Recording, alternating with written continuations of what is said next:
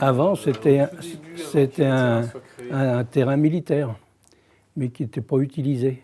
Il a été utilisé de 40 à 42 par l'armée française, de 42 à 44 par l'armée allemande, qui ont occupé le terrain.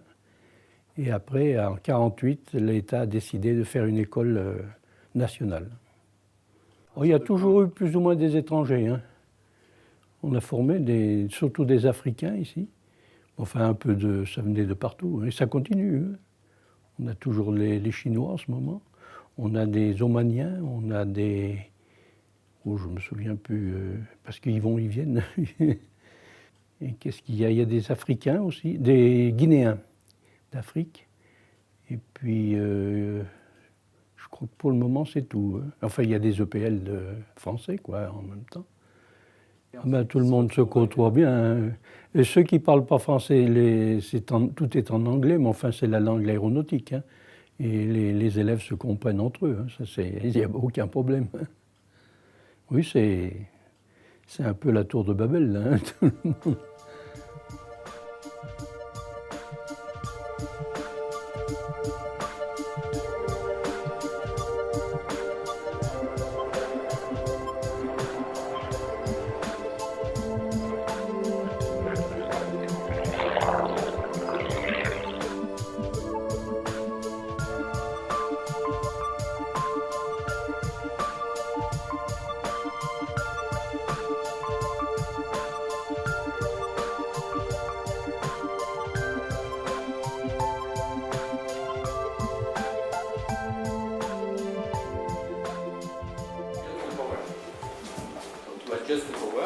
As Sam said, it was a dream for me to be a pilot at the beginning when I was a student in the school before moving to the university.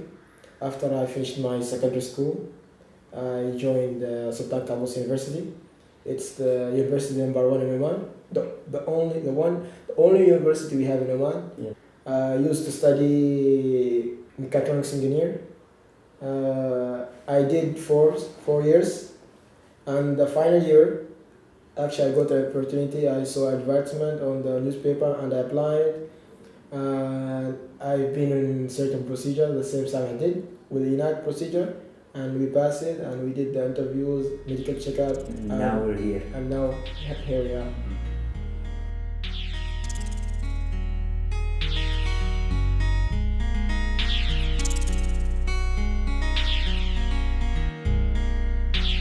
Every man want to be a pilot, and for me it's the same.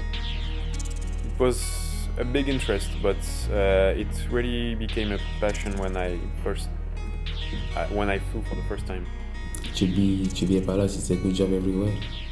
Since I was very young, I was passionate with the planes, aircraft, and at that time I didn't really know what's going on in the environment of the aeronautics. So just as a dream for a child, you like to see something, and then after growing up, I started realizing really what is being a pilot, what's on, and I was impressed.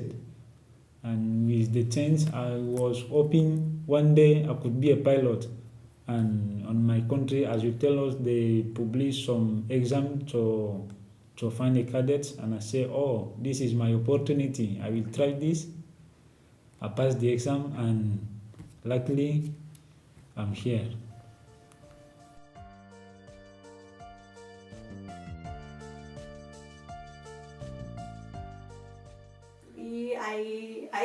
I think I just at first I didn't choose to study here. I was going to study kind of economic, but I feel like I don't like to stay in the same place.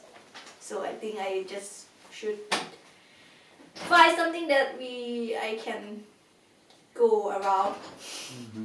Not to stay the same way, to travel or another place or go anywhere. Actually, at first it's completely different with our normal study in the life. In here it's much better. I mean, in the workload. Yeah, it's very hard sometimes. Yeah, sometimes. Sometimes it's very. I think everything we have the straight, we have difficulty. You have to be on the class from 8:30 up to 5:30, 5:30 yes. p.m. So the whole day you will spend it in the class. After that, after you finish your class, you have to go to your room and continue studying till midnight, and you have to manage your food and to manage your everything. I mean, so you really be under stress, and plus you have short period of time. Short period and certain attempts of exams. If you miss these attempts, you will go back to Oman or where you came from. I mean, so there's no way around it. I mean, you see what I mean? Yeah. So it's really within in worse. But we ask ourselves why we are here. We want to be a pilot, so we have to be sacrificed. I mean, we have to give everything to be a pilot. And it's very hard. We have 14 certificates to work on, and we take about approximately 9 months working on the theoretical part. And really is very hard. It's very hard. So you have to sacrifice. Sometimes you don't have time to go out. Just stay working at class, after the class, working at home. Just is like this, like a loop, working in the class and at home. For me, I think being a pilot is one of my priority. So I first want to become a pilot and then settle myself and try to have a family, and if it's possible, stay in my country.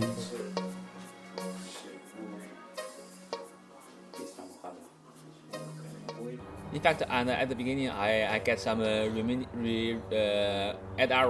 add some hours on my training due to the beginning of the training, and I can't do something very well, and so our instructor want to like me to improve, and at that time I feel no confidence and more pressure, and but I must learn more technique, skill, and knowledge. So, and at that time I feel very hard to me. Well, I think for the foreign pilots who have been there since the theoretical part, so from the beginning of the training to the end, so more or less 2 years, it should be difficult, because here without a car, without knowing anybody, you get bored after 5 months. So we'll spend in Santiago maybe around 18 to 22 months, I think. Since I come to France, it has been 1 year and a half. And you forget about the 6 months in your life. Yeah, you just need to forget 6 months of your life. You don't have 6 months of your life. Yeah. It finished, I think, this month, October, so 6 months around.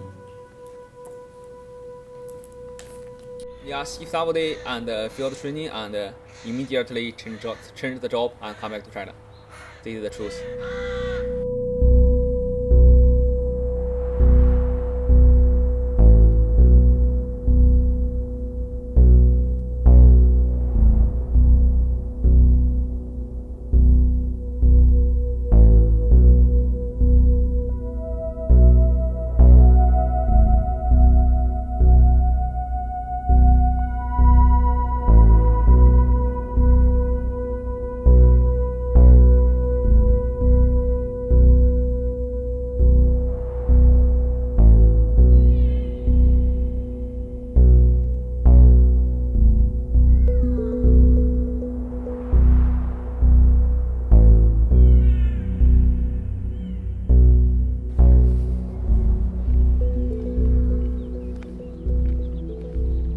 In South Burgundy and northwest of Lyon, about 140 kilometers. I will show you where Santiago it is. Okay, on my iPad. This is my hometown. It is in the east of China, and this is France, and Santiago just in the middle of France, quite far. Yes, it's like an isolated island, I think. no bus. Saint-Ouen is in the middle of nowhere in France. In the middle of France, so nothing around, just the village and the airfield. The far is I go out from Sanchong is in my dormitory and then the apron. This is more far by foot. I mean by foot. To look here. Yeah, but look here is for the car. Okay. And you have to go. It's not I want to go. It's I have to go because I don't have something to eat. I don't go.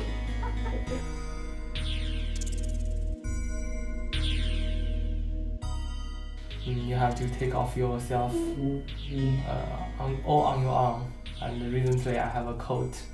I got a cold, so by this time I miss my home very much.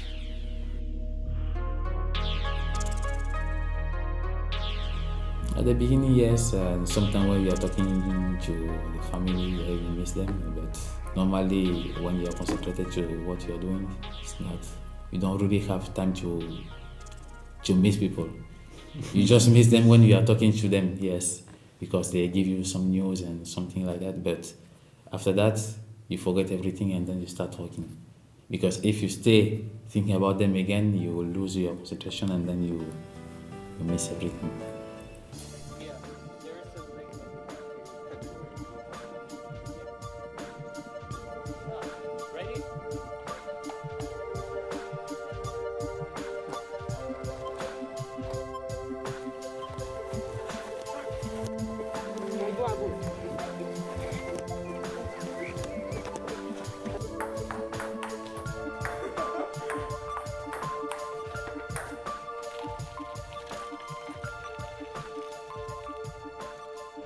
There is Armenia people, Laotian, Equator Guinea. I didn't even know that this country was existing before seeing them. And of course, French. And I was curious to know how they are Chinese people, and now when I live with them, I know at least how they are thinking, how their culture, and it's not like you are seeing them outside. We have Chinese in Oman, but we don't know that much about the Chinese. They are arriving there every day. Some are going, some are arriving. A lot of Chinese there. We met with them here in France and started to know like some of the basics. For Omanis, before I contacted with them, I knew a little about them. They believe in Islam, yes. Before meeting them, I think they are quite conventional, yes. And but after contacting with them, yes, I think they are no difference with us.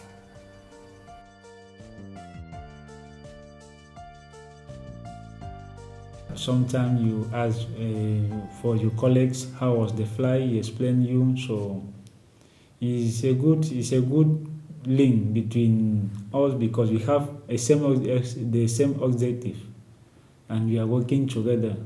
We always drink together and have fun in the Friday night to release pressure. It's very good.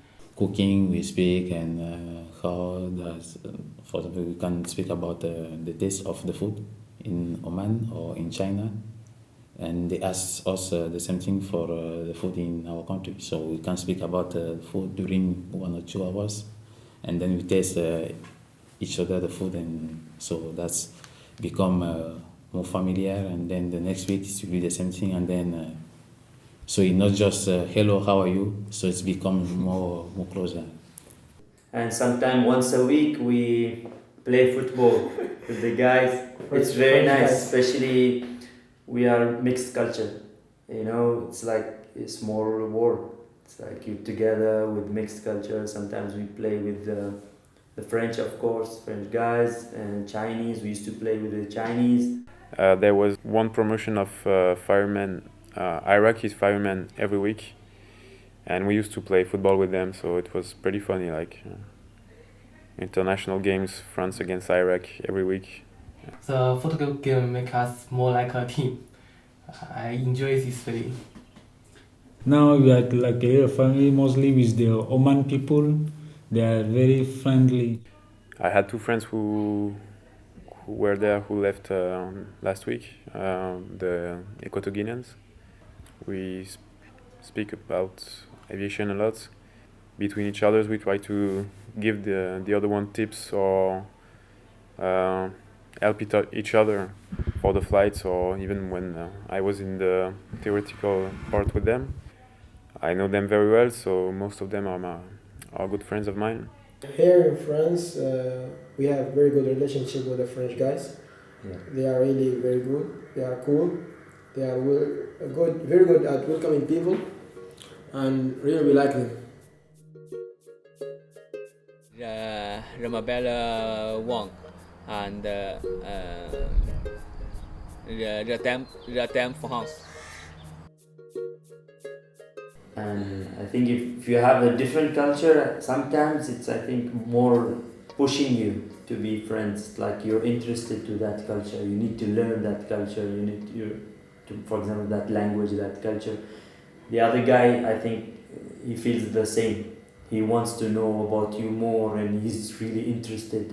So you share stories between you and that guy, for example, and you get closer and closer and closer.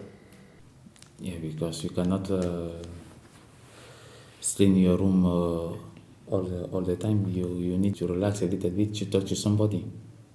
And talking with a teammate or someone else, you can try to, maybe you had a bad flight or something like that, you can try to forget about it and speak about anything else. When you know about the sad things about that person, that means that you know that person more. You're more close to that person.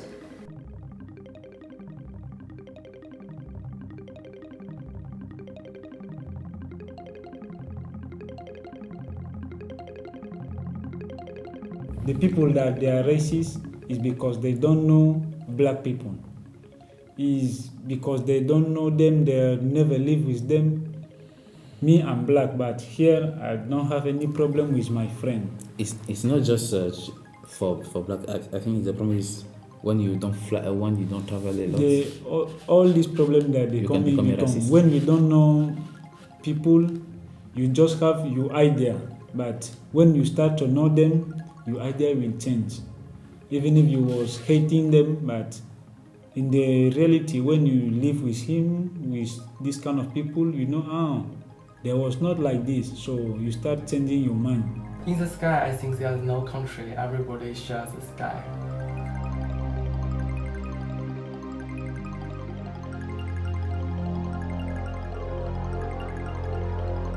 Mais il y a 4 ans qu'on a monté ça à la Pasie. C'est tous des anciens retraités des ateliers surtout. On voulait faire une association pour que si les élèves reviennent à l'école, ils se retrouvent dans l'ambiance où ils étaient, quoi. Et c'est ce qui est arrivé, hein. Quand ils viennent là puis qu'ils revoient toutes les photos qu'on a réussi à récupérer à gauche, à droite, là. Et ils sont tout contents de se revoir et puis de retrouver l'ambiance qu'ils avaient, parce qu'il y en a la plupart qui sont passés 2 ans ici, hein.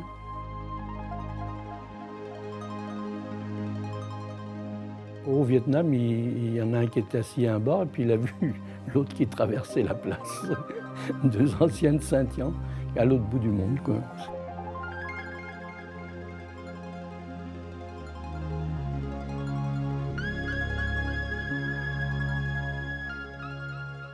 On ne connaît pas Saint-Yan ici dans le département, mais quand ils se croisent à l'autre bout du monde, c'est Saint-Yan, hein. C'est le lien.